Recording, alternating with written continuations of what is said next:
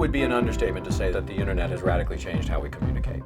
More and more frequently, I see students using abbreviated language in work as serious as graded essays.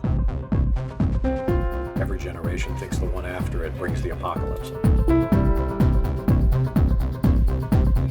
And the sooner we get to what do you mean, the easier it's going to be to communicate. And I think that's the evolution. I can't tell you the number of times I tell students just to try an experiment and turn your phone off.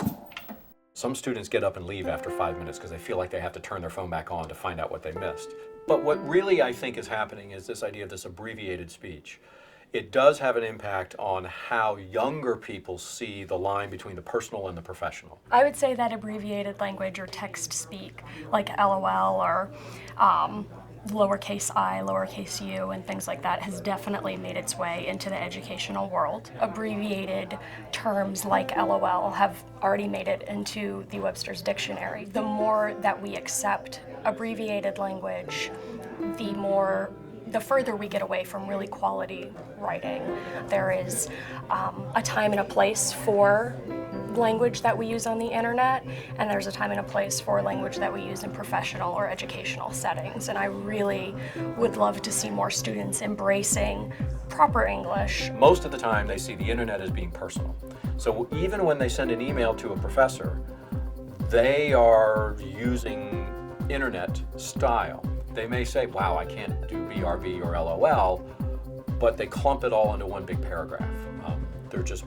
Students are making up constructions that fit what they're trying to say. But a lot of it, I think, comes from the fact that they don't spend a lot of time face-to-face communicating, and they don't spend a lot of time writing, as in really writing. Studies have shown that students acknowledge the fact that they're writing more.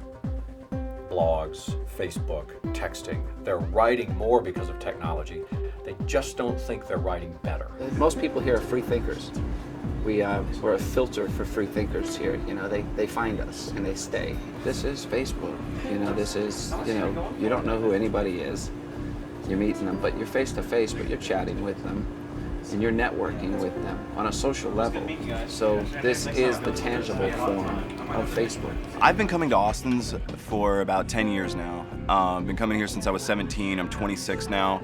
I think there's definitely the danger of dumbing down our society and teaching kids, especially, that LOL or, BRB, is an accepted way of communicating with somebody, and it's funny because nowadays sometimes we actually will say, BRB to somebody else or LOL. We have to specify, I'm actually laughing, I actually really think this is funny, as opposed to just saying LOL when you're not actually laughing. I think says a lot about the way that we've evolved with this language. Why are we doing that? Why do we have to shorten our language that much? What purpose is it serving for us? And you have to kind of ask yourself, what is it taking away from language if your mind has to interpret what's on the page because you can't just write out the words? We don't speak old or even modern English anymore because those words or those phrases no longer suit our lifestyle. As technology evolves, as our world evolves, as our abilities as humans evolve, our language evolves as well. And so our language should match where we are in our evolution. Technology is also a pencil. Right? Technology is anything that helps you accomplish a task. And so we could ask that question throughout history. Were we mature enough and evolved enough to handle fire? Time's going to tell.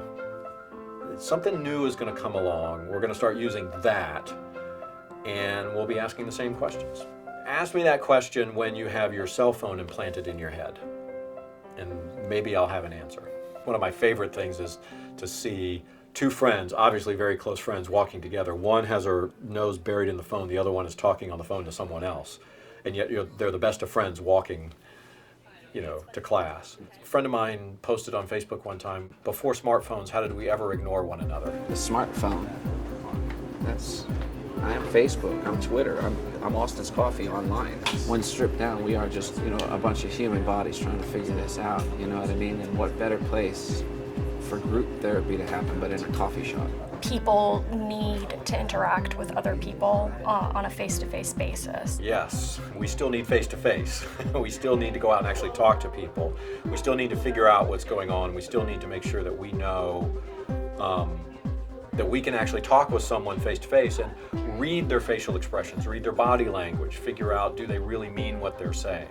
I think we need to take more ownership of the fact that proper English is our language, and it's something that we own and that we're in charge of and that we have the power to change, but how we change it and how we use it is as important as our evolution and the way that we use technology. So we need to treat language kindly. You know, technology doesn't care. It's not good, it's not bad. Technology doesn't care. It's the people who decide whether the use of that technology is good or bad.